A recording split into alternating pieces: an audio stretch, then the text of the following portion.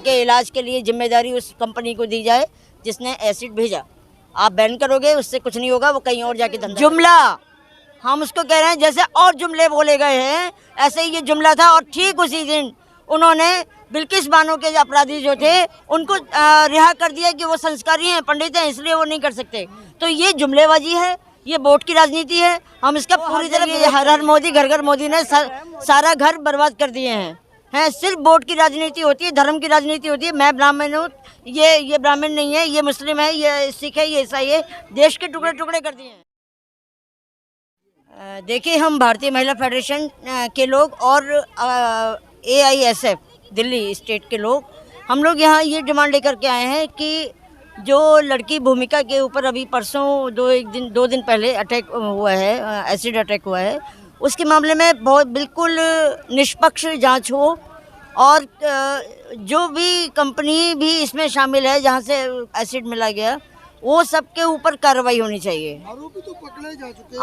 आरोपी पकड़े गए हैं, मैं मानती हूँ। आरोपी लड़के हैं, है ना।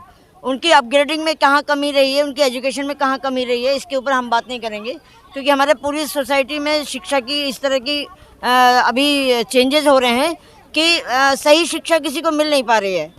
तो वो उस मुद्दे को छोड़ दो, लेकिन ये 3 लोग भी कहीं ऐसा ना हो कि कल को पुलकित आर्या जो अंकिता के कांड का मेन अपराधी है उसकी तरह उसको भी 2-4 दिन बिठा करके और छोड़ दिया जाए कि ये नाबालिग हैं या इनको समझ नहीं है या गलती हो गई, ऐसा कुछ नहीं हो। लेकिन अंकिता भंडारी, किरण नेगी, इस तरह के और तमाम विक्टिम हैं, उनकी अगर बात की जाए कुछ दिन आवाज़ उठती है, फिर उसके बाद में लोग शांत हो जाते हैं। नहीं, ऐसा नहीं है, आवाज़ बिल्कुल बंद नहीं है। अंकिता भंडारी को लेकर के हम लोग भी वहाँ गए थे आंदोलन करने, और वहाँ पर बहुत सारी महिलाएं, बहुत सारे समाज के लोग हैं क्योंकि आज भी इस बात को लेकर के धरने पर बैठे हुए हैं और अनशन कर रहे हैं कि अंकिता भंडारी को न्याय मिलना चाहिए और उसको CBI को केस दिया जाए और उसकी जांच निष्पक्ष हो। जिस तरह आपने बताया कि आप उस परिवार से मिले हैं जो बच्ची जिसमें एसिड डाला गया, जी। तो आप परिवार का क्या कहना है? परिवार का कहना ये है भाई, जो उन्होंने जो कहा उनको तो वो तो ये कह रहे हैं कि उनको तो उनके ऊपर भी ऐसे ही होना चाहिए ताकि उन्हें पता लगे कि दर्द क्या है। ये मोदी जी करना बंद करो आप। हाँ, वो हर जगह हर मोदी घर घर मोदी ने सारा घर बर्बाद कर दिए हैं।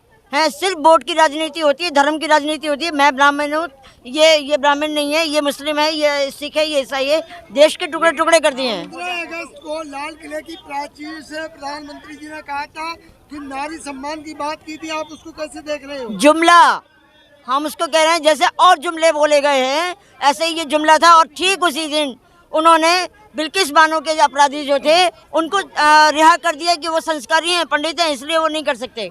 तो ये जुमलेबाजी है, ये वोट की राजनीति है, हम इसका पूरी तरह विरोध करते हैं। जिस तरह से 2012 में निर्भया कांड के लिए आप लोगों ने बड़ी पुरजोर आवाज उठाई थी, बिल्कुल, क्या भूमिका के लिए उतनी आवाज तेज हो पाएगी?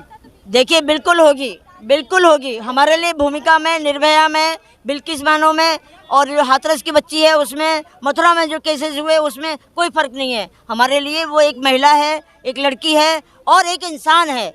अगर इतना बेबस का किसी और के साथ भी होता ना तो भी हम आवाज़ उठाते, और ये तो एक बच्ची है, पढ़ने वाली बच्ची है, हम इसके साथ हैं। रेप के केसों को कपड़ों से कह दिया जाता है, कैसे कपड़े लड़कियां पहनती हैं, ये तमाम उसको कैसे देख रहे हैं? ये उनकी मानसिकता है। अगर किसी की मानसिकता गलत है, खराब है और उसको उससे फ़ायदा हो रहा है तो इसमें हम सिर्फ उसको शेम कहने के अलावा कुछ नहीं कह सकते।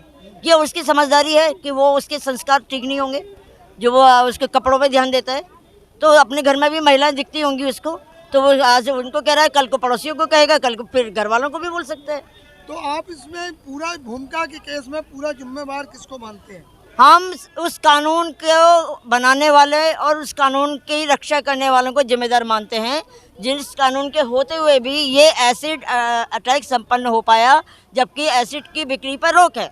अवैध तरीके से अगर एसिड आया तो कहाँ कमी है?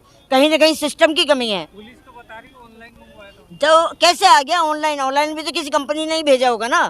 तो ये सिस्टम की कमी है ना कि ऑनलाइन आप पैसा कमा रहे हो लोगों को बिजनेस देके, और अपने यहाँ के बच्चों को मारने के लिए आप लोग जहर भेज रहे हो। तो ये कमी सिस्टम की है। ये कमी जो है ये सरकार के ऊपर जिम्मेदारी आती है कि वो आर्थिक अपना लाभ देखती है, उसको किसी की ज़िंदगी से कोई परवाह नहीं है। निर्भया के बाद जिस तरह से फास्ट ट्रैक कोर्ट की मांग किया स्थापना था। की गई जी। थी, तो फास्ट ट्रैक कोर्ट में अक्सर अब केस नहीं जा पाते, क्या इस केस को आप लोग फास्ट ट्रैक कोर्ट में ले जाएंगे? हम तो मांग कर रहे हैं और हम आंदोलन करेंगे कि ये फास्ट ट्रैक कोर्ट में जाए। हम लोग मांग कर रहे हैं ना, आंदोलन कर रहे हैं, हमारे हथियार यही हैं। हम लोग तो उनकी तरह मारपीट करके या गलत सलत बोल करके काम नहीं करते हैं। हम महिलाएं हैं, हम महिलाओं के लिए ये आवाज़ हमेशा उठाएंगे कि इस तरह के केसेस या तो हो ही नहीं, और अगर हो रहे हैं तो उनके ऊपर न्याय जल्द से जल्द मिले। NFIW NFIW जिसकी आप सचिव हैं, जी। क्या बड़े स्तर पर कोई प्रोग्राम करेगी इसके लिए? देखिए अभी जो है, अभी भी आज भी मेरी बात हुई है भूमिका की माँ से। थोड़ा सा उनका वो कह रहे हैं कि थोड़ा बच्ची की आँख खुल रही है, और हम बिल्कुल करेंगे। हम लोग इसके लिए हम लोग अभी इलाकों में भी कार्यक्रम करने वाले हैं कि भूमिका के इलाज के लिए जिम्मेदारी उस कंपनी को दी जाए जिसने एसिड भेजा। आप बैन करोगे उससे कुछ नहीं होगा, वो कहीं और जाके धंधा करेगा। वो धंधा करना है, उसको बेचना है। लेकिन आप सरकार बैठ के क्या कर रहे हो कि ऐसी चीज़ बिक रही है और बच्चियों की आंखों में तक जा रही है। एक नारा चल रहा है बेटी बचाओ बेटी पढ़ाओ काफी दिनों से, उसको आप कैसे देख रहे हैं? कुछ नहीं है, वही है, जुमलेबाजी है भैया, और कुछ नहीं है। बेटी ना बच रही हैं, ना बेटियां पढ़ पा रही हैं। आप लोगों ने पुनर्वास के नाम पर स्कूल इतने दूर कर दिए हैं, सरकारी स्कूल बंद करते जा रहे हो, प्राइवेट एजुकेशन इतनी महंगी कर दी है, तो कहाँ से बेटी बचेगी और कहाँ से बेटी पढ़ेगी? ये सिर्फ कुछ नहीं है, ये नारेबाजी है और कुछ नहीं है। हम इसको कुछ नहीं समझते। तो अमित शाह जी तो बोल रहे थे कि रात आप अमित शाह जी गृह मंत्री है भाई। के 12 बजे भी आप हाँ, वो खुद जाके घूम के देख लें ना, उनकी जेब में से बटुआ निकल जाए तो बताना।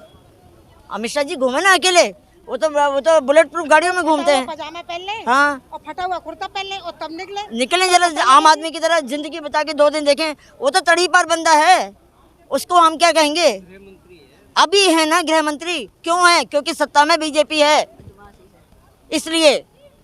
अमित शाह जी की जो लाइफ हिस्ट्री है वो कोई बहुत अच्छी नहीं रही है, हैं? वो तो सबको मिल जाएगी, इनको नहीं मिल गई बिल्किस के अपराधियों को। हर अपराधी को मिल जाएगी, जो बीजेपी का साथ देगा, जो उनके पैरों के नीचे गिरेगा, उसको मिल जाएगी क्लीन चिट, वो कितना बड़ा अपराधी हो।